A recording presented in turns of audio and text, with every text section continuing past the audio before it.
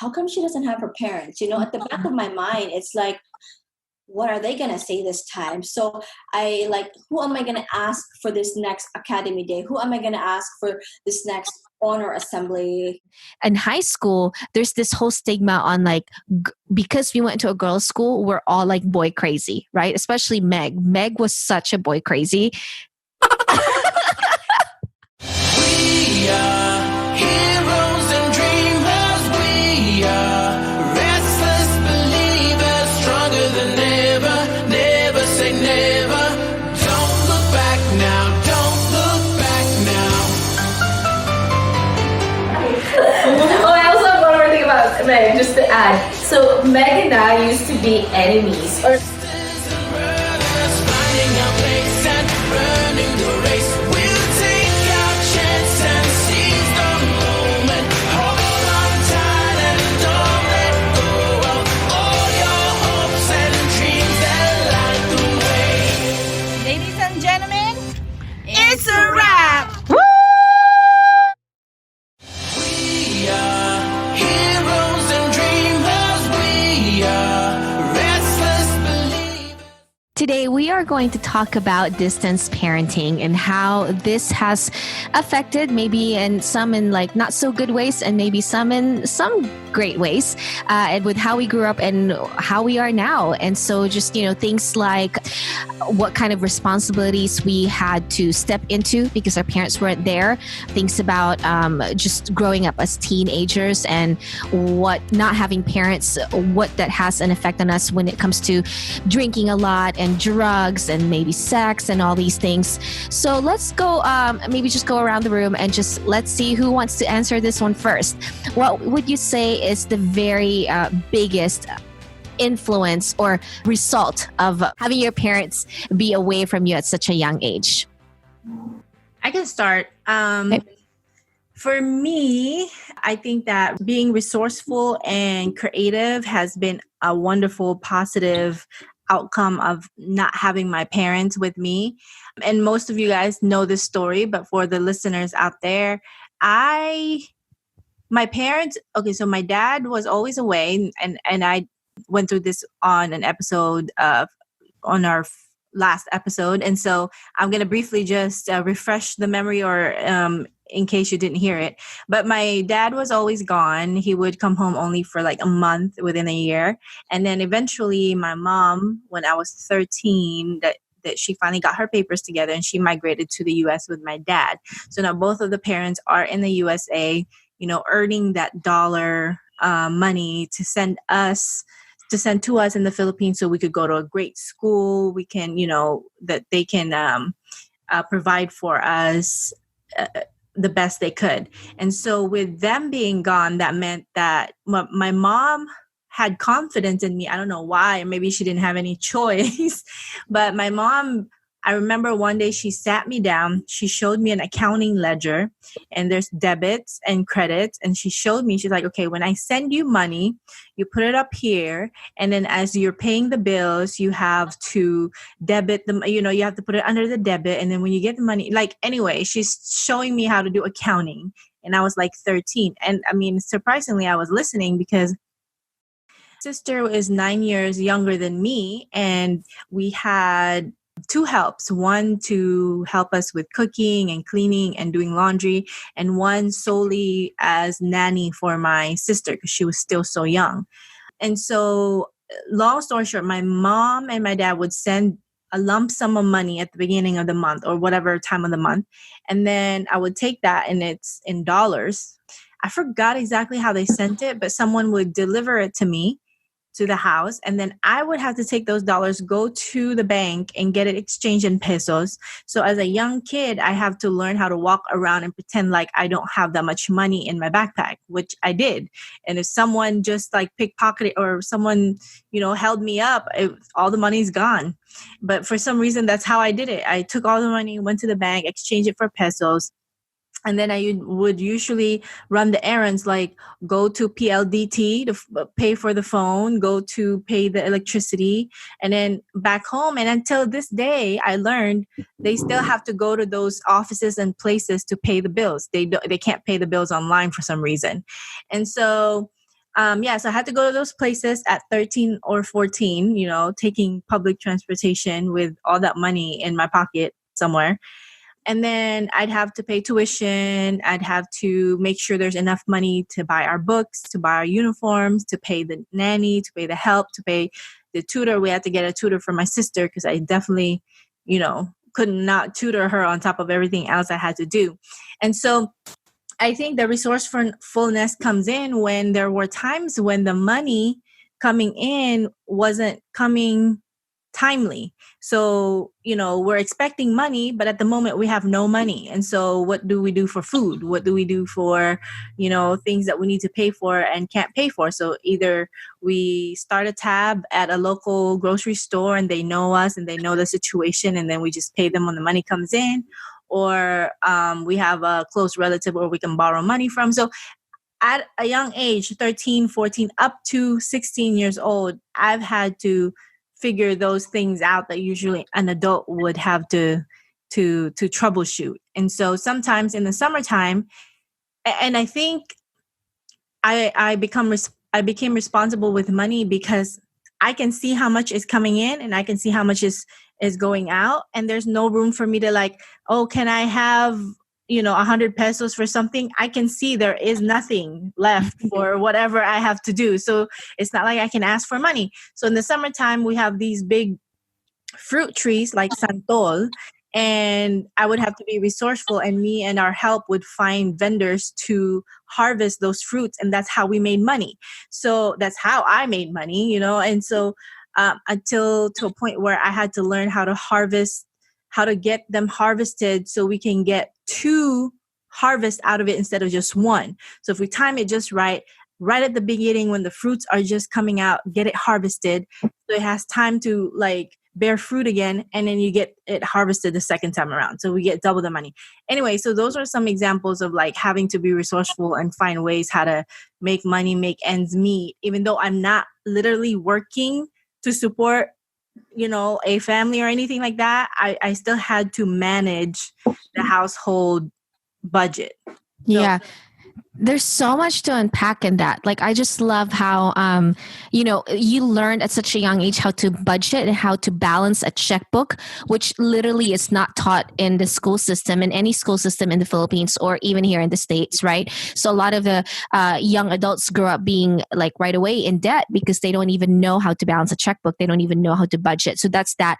Number 2, you had to walk around with like large amounts of money in your backpack, and pretend that you don't have it. But like just the whole courage and the bravery to be able to do that. And then you have to be trustworthy enough, like your mom really had to trust you to take care of the rest of the family. And then just the trying to figure out how to make a tree harvest twice is crazy to me. Just the thought of like at such a young age, you figure out a way to kind of literally multiply, double, your income by making the tree harvest twice, which is just really awesome. Anyone else want to share a story of like, how not having your parent there with you has affected you growing up? Well, for me, there are definitely its positives and negatives. I'll start with some of the negatives. It made me like during events at school where you need to have your parents there, it made me a little insecure on what will people think. Like, how come she doesn't have her parents? At the back of my mind, it's like, what are they going to say this time? So I like, who am I going to ask for this next academy day? Who am I going to ask for this next honor assembly? Like, it's going to be my yaya again, or is it going to be my auntie? So that's like part of the things that I have to like kind of keep up. But on the positive side, it definitely made me more independent. The time with my parents away, it made me just do stuff on my own, dream of what my life will be eventually coming to America, because I knew that I was gonna be here. So I daydreamt about my career, my life, the house I'll own, and all of that stuff. So it made me have this creative stuff. And thankfully, thank God, like some of them, came into reality, and with hard work, prayers, and support of the friends. So those are the positives and negatives. And I'm not going to lie, growing up, I was like a little bee. I was really mean to my Be with an yayas. itch. Yeah, I was really mean to like my yayas and to other little kids. With my friends, I was this cool, funny kid, but at home, I was really mean. So I think that looking back or thinking back, if my parents were home, then, my parents are very chill people. They are not the type who would like hit me, scream, or yell at me. And if I did not have that kind of discipline growing up, I would even be worse. So maybe there was a reason why they were not there for me to like grow up on my own, because I don't know if they really knew how to discipline me. But now that I have a good foundation per se, I'm an adult coming to America.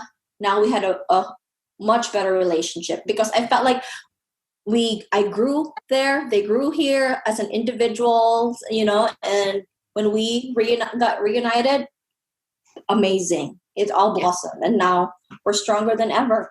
Yeah, that's so awesome, Joy. I love just in the beginning, when you said that it's such a real thing to not have a parent growing up there with you physically, to be afraid of who am I going to bring to school like I think about it. I know we didn't have show and tell like the way they do here in the States. And here in the States, I think they do show and tell and they bring their parents in or whatever.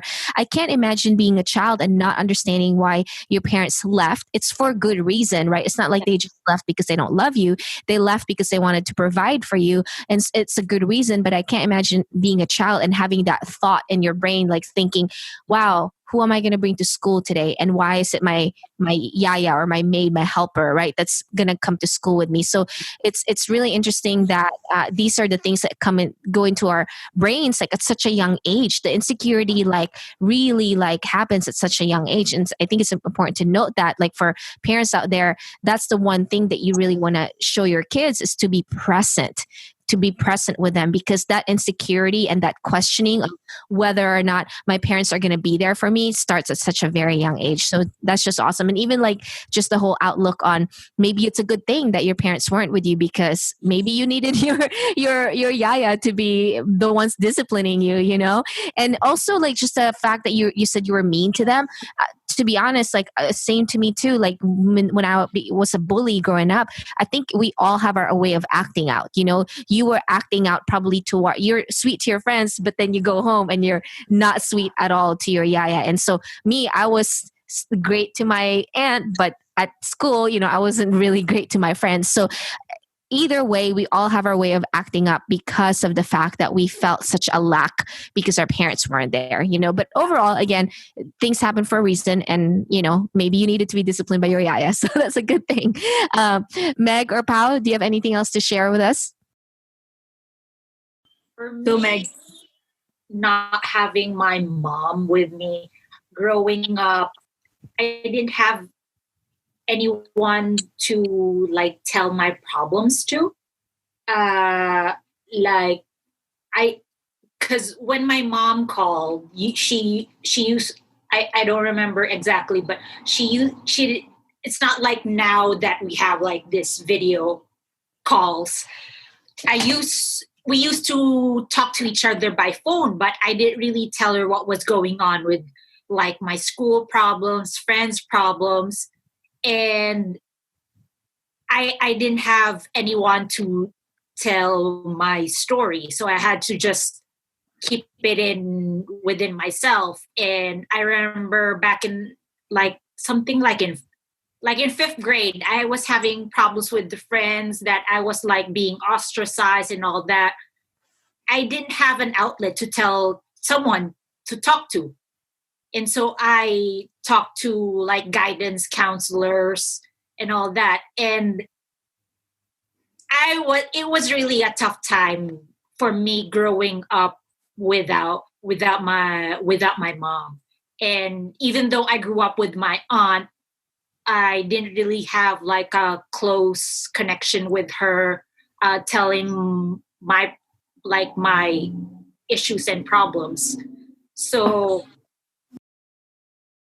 now, after a couple years of therapy, I'm like better now because of what happened when I was younger. So I had for me, in my experience, I had a tough childhood growing up without having my mom. Plus, I didn't have anyone that with my dad. My parents were separated, so basically, I didn't have anyone. So it was Yeah. tough. It was really tough. Yeah, I mean, already having parents that are not together, and then your mom, who I know you're very close to your mom, I'm sure that, as you said, it's very, very tough. And it's interesting too, because we know Meg as such an outspoken young lady when we were back in high school, right? Like you were so much more outspoken. And I wonder if it has a direct correlation to like kind of like just like not having anyone to talk to, but then that's your outlet of being kind of, at least having some sort of joy, right? And then like being so out there with like being outspoken. I know that you love doing skits and all that stuff. Like it's just so fun, like growing up. And then later on in your older years, the effect on you, and you now you're saying like you're an introvert, which is hilarious because back then you weren't, but just the whole dynamic of how you dealt with it when you were a kid. But we all know that like our pain as children, it doesn't just go away. It carries along as we get into our adulthood. And so for you, like it's almost like you became a little bit maybe more silent, and maybe some of the pains got a little bit more repressed or suppressed. So then in your adult years, you became more internal with all those things, so, but I'm glad that, as you said, like after like therapy and all that, it's definitely helped and you've gotten better. And it's also really awesome that you get to like, I feel like you now get to live with your mom, and like you have like this years that you can build together after years of not being with each other. So it's really great.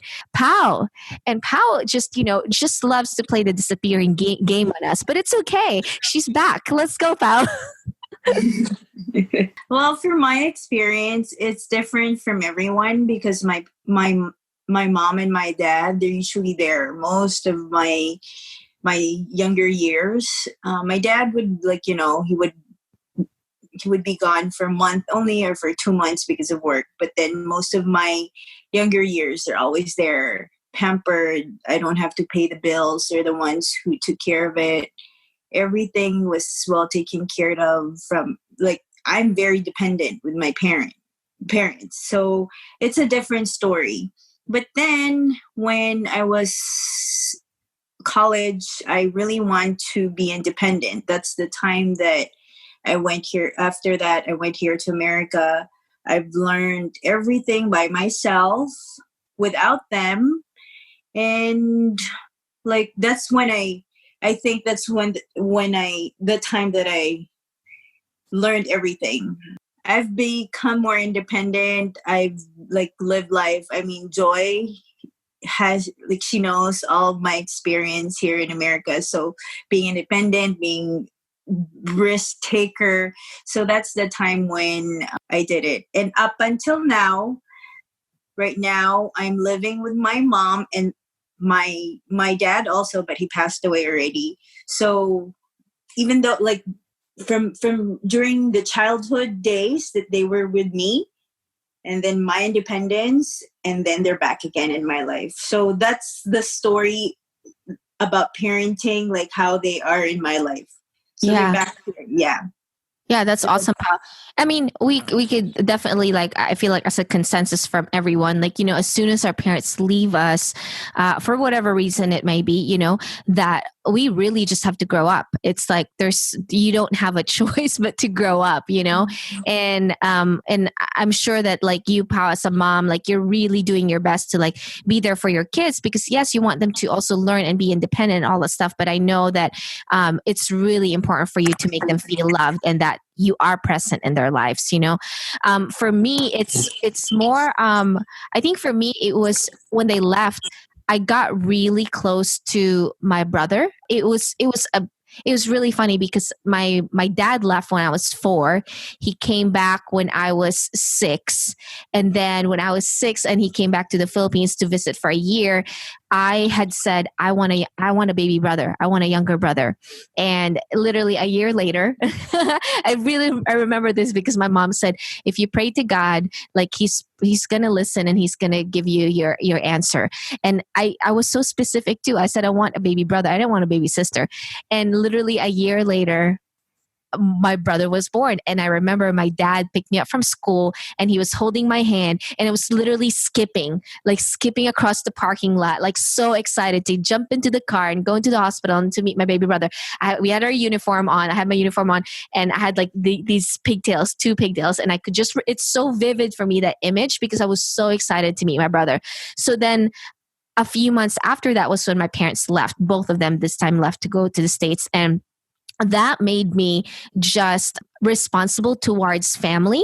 And that made me like really want to take care of him. You know, it's almost like it's just instinctual. Like it felt like a motherly instinct for me. I didn't know it back then, but you know, like the instinct of like wanting to take care of my younger brother like kicked in. And so that to me is like one of the best things probably that has ever happened, just because, or maybe not, because to this day I still take care of him.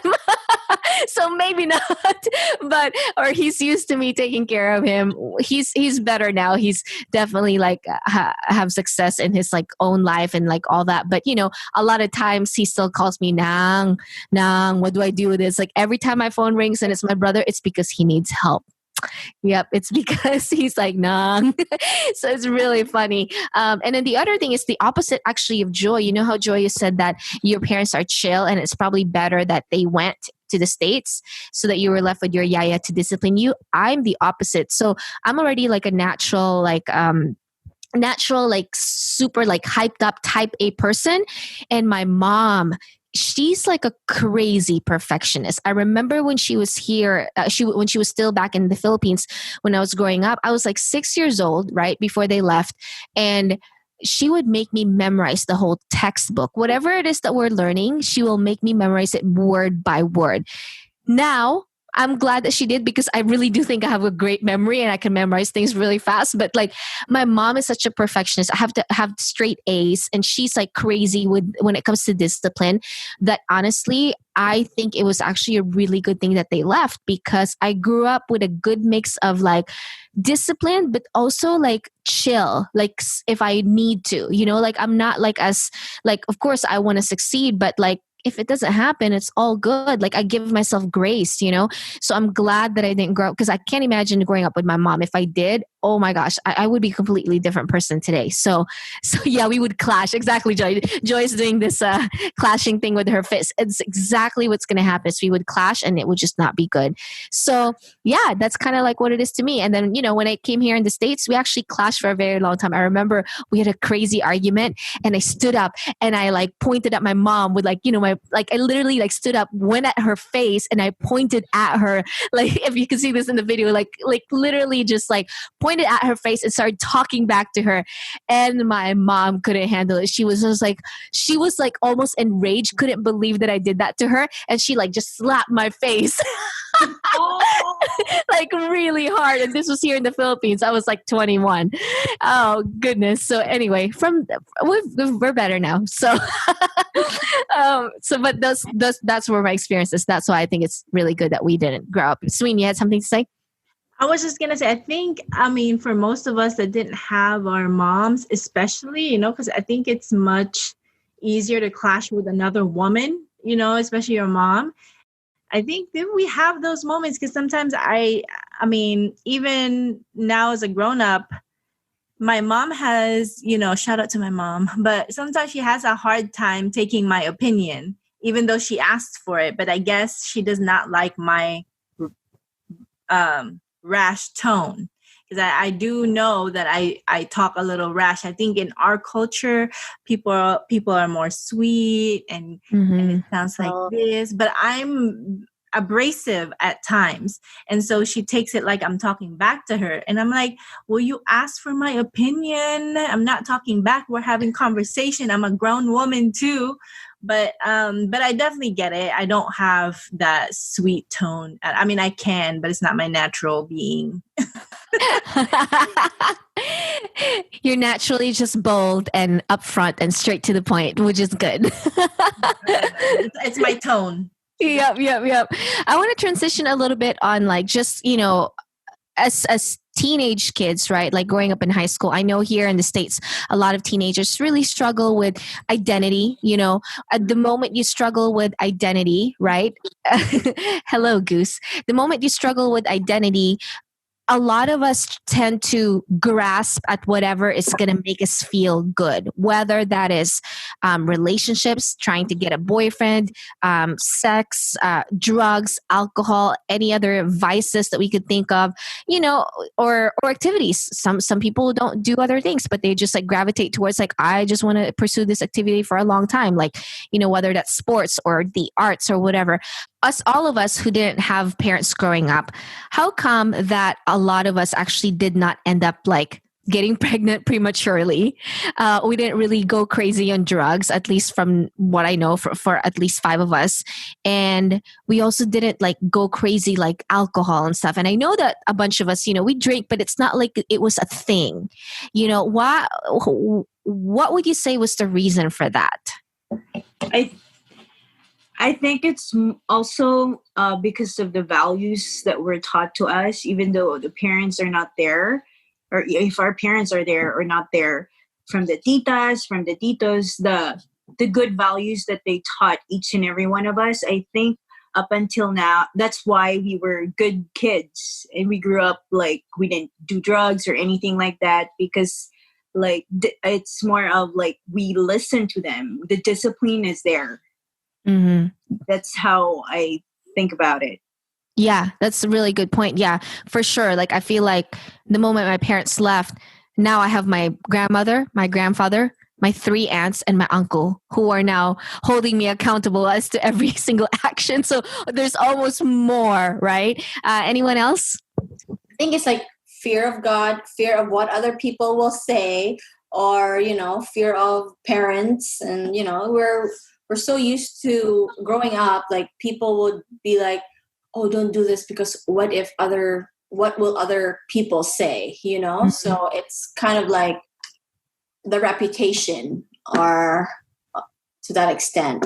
That's right. just my opinion on it, Yeah, so I guess sometimes it could be good. It could be a good thing. It could be a bad thing. In our case, maybe, not getting pregnant prematurely and all that stuff because of the fear of what other people will say kind of did us a little bit of good there, I guess.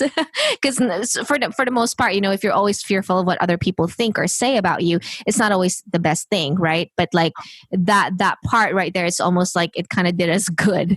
Meg, were you saying something? We were about to say something?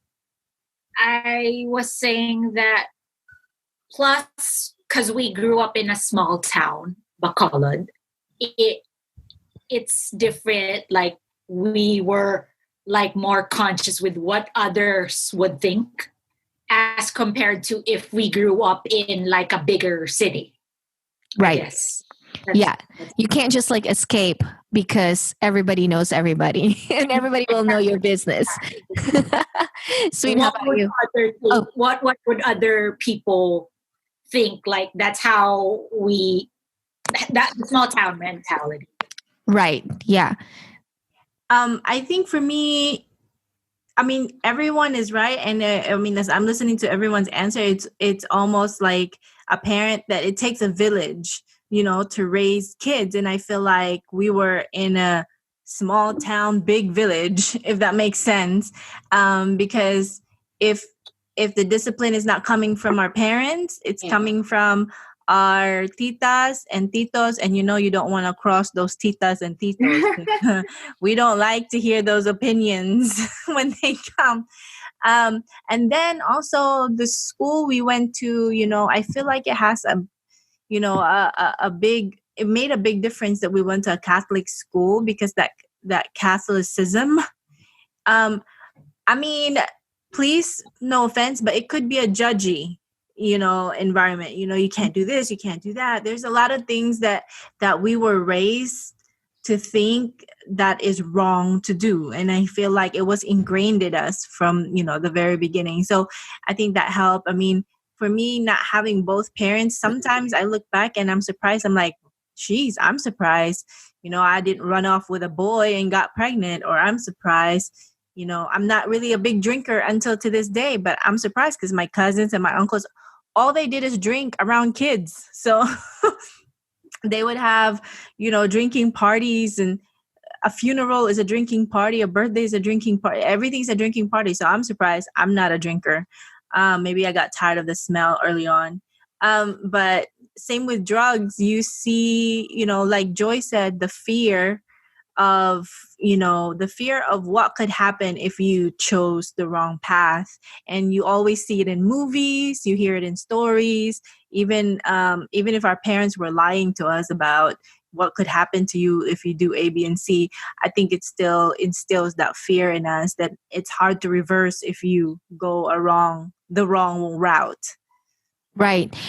It's really interesting, like, as like you said, with like growing up in the Philippines or in our school, that's a Catholic school, and how that's like instilled in us. Because if we're not getting it at our home, let's say all our parents like didn't care and all our titos and our titas didn't care, we still got it from our school, So like either way, there's some sort of discipline or values that were instilled in us, whatever direction we go, right? So for me, it's really interesting because I remember just when it comes to like, being pregnant and all the stuff, we all went to a girls' school, right? And in high school, there's this whole stigma on like, because we went to a girls' school, we're all like boy crazy, right? Especially Meg. Meg was such a boy crazy. Her face is reaction right now. Her face is priceless. Good one. Good one. No, Meg was not boy crazy, but that's why I picked on her. But anyway, there's this whole stigma that we are all boy crazy because we went to an all-girls school. And in some respect, yeah, it's like, I was like, there was no boys. Monday through Friday, it's all girls. So when I see a boy, of course I'm boy crazy, right?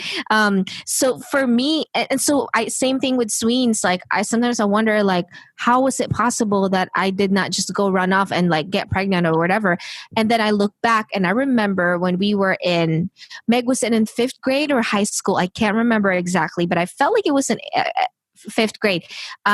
We had like this room in school where it's the video room, audio visual room, AVR. Oh, AVR. I just came to me. I just remembered it. It's called AVR. It's the AVR room where we all go there. It's when you go to the AVR, it's always a fun thing. Like I remember that for me, when it's time to go to AVR, that means we get to watch something for class, which is fun because then it's not boring, And it was air conditioned. And it was air conditioned, and you get to sit on the floor if you want to. That was so fun. And it's dark and it's just fun. So it's like a movie theater basically. So, I remember we went to the AVR and the nuns, because our school is ran by German nuns. A lot of them are Germans. They had us watch an abortion video and literally how an abortion process is done to a woman. And I could remember it visually to this day. It's like this woman on like a hospital bed, legs on a stirrup, and then like just whatever they got to do to take that baby out. And I remember that from that moment on, I could not get that image off of my brain. And I said, I will never, ever get pregnant, because in the Philippines, if you get pregnant out of wedlock, right, like it's a shame, right? So the first thing that you probably are going to contemplate on doing is abortion, because you don't want to live with the shame of getting pregnant before getting married. So if you're going to get pregnant, you probably are going to get rid of that, or you're going to live with your shame, right? So to me, I was like, there's no way I'm going to get pregnant before getting married because I saw that video. So that was it for me. So funny. It's so funny you say that, when we were younger, we didn't want to be pregnant out of wedlock before marriage. And at some point I thought about that too, but now almost 40, I'd get pregnant anytime. I don't have any candidate. So for the listeners out there, Sweeney, she is available and she is amazing. She's a great cook. She is a great leader. She's amazing. Pretty much anything that she wants to do, she can do. I think you just scared half the candidates. Yeah, so guys, if you're intimidated, then you're not the guy for her. You have to step up to the plate and you have to know how to run with this woman. So there you go. PSA. Yeah, PSA, exactly. Public service announcement for everybody. So anyway, just to close this episode out, what would be kind of like your advice to parents right now? Let's say parents in the Philippines who are still contemplating on maybe having to move to a different location, to a different country or whatever to try to provide for their kids. As someone who grew up without kids, who had some good experiences and some not so good experiences, what would your advice be to those parents who are contemplating to move away from their kid? I mean, parents have to do what they need to do to provide for their children. If that takes for them to leave the third world country and get a better opportunity somewhere else, so be it, But my advice, if they really need to do that, just be present. With the technology nowadays, you could call every day, the social media, you don't have to pay a lot to call. It's, within a matter of seconds, you can get connected. There's really no excuse for not having that constant communication. Mm-hmm. So I think as long as you're present there and you know what's going on in your child's life, communicate, talk to them what's going on with your lives. And I think that will be very helpful, and just know what they're doing and let them know what you're up to and have that constant communication, and it builds trust. And I think that's important. Yeah, I love that. Anyone else? I have more of an advice for the kids, or I don't know, depending on what age you are, with the parents that are leaving. And I actually got this from someone's grandmother, actually an ex-boyfriend's grandmother.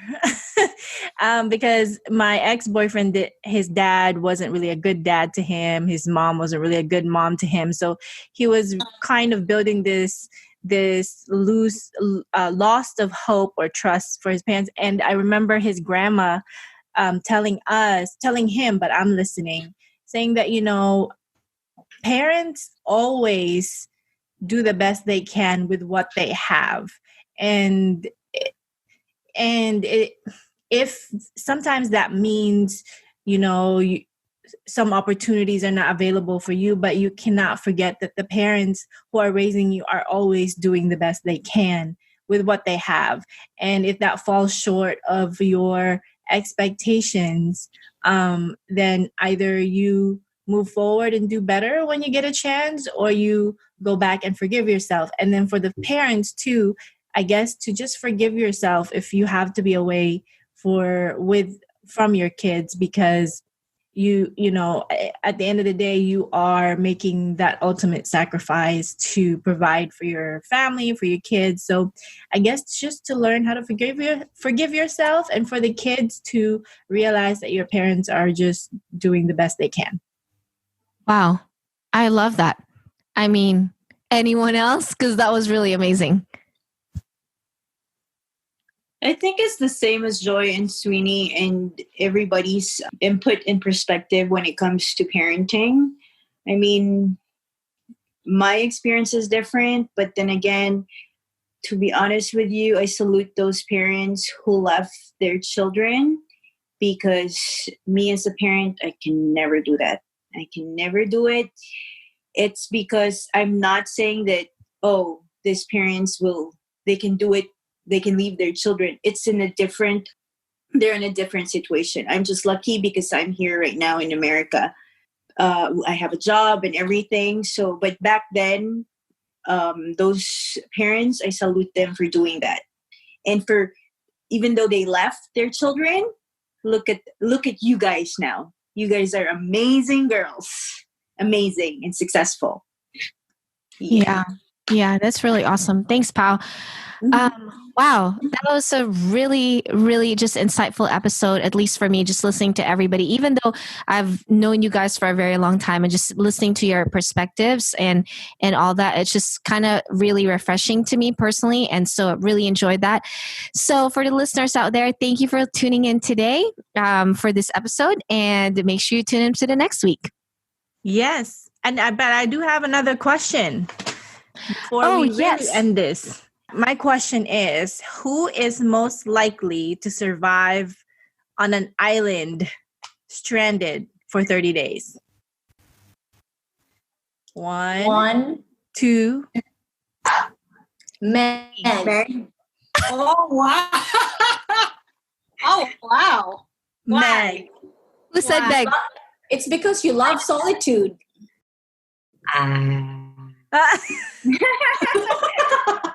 Everybody answered Meg. I know, I did. Joy answered Meg. Pao answered Meg. Meg, who was your answer? I didn't answer. So who's your answer? Who do you think would it be? Probably Mia. And then I answered me, and then Sweeney answered her too, right? Actually, I answered me, but it was between me or Meg. Nobody think I could survive on an island alone for 30 days? I don't know. I can. Hilarious. I love that. Yeah. Awesome. Well, thanks again for tuning in, and hope you enjoyed this episode, and tune into next week's. Thank you for watching another episode of All Abroad Podcast. If you're listening to us on your favorite podcast platforms, don't forget to rate us and send us your feedback and comments. If you're watching us on YouTube in our channel, don't forget to hit like and subscribe, and send us your feedback of topics that you want us to discuss. Until the next episode of All Abroad Podcast.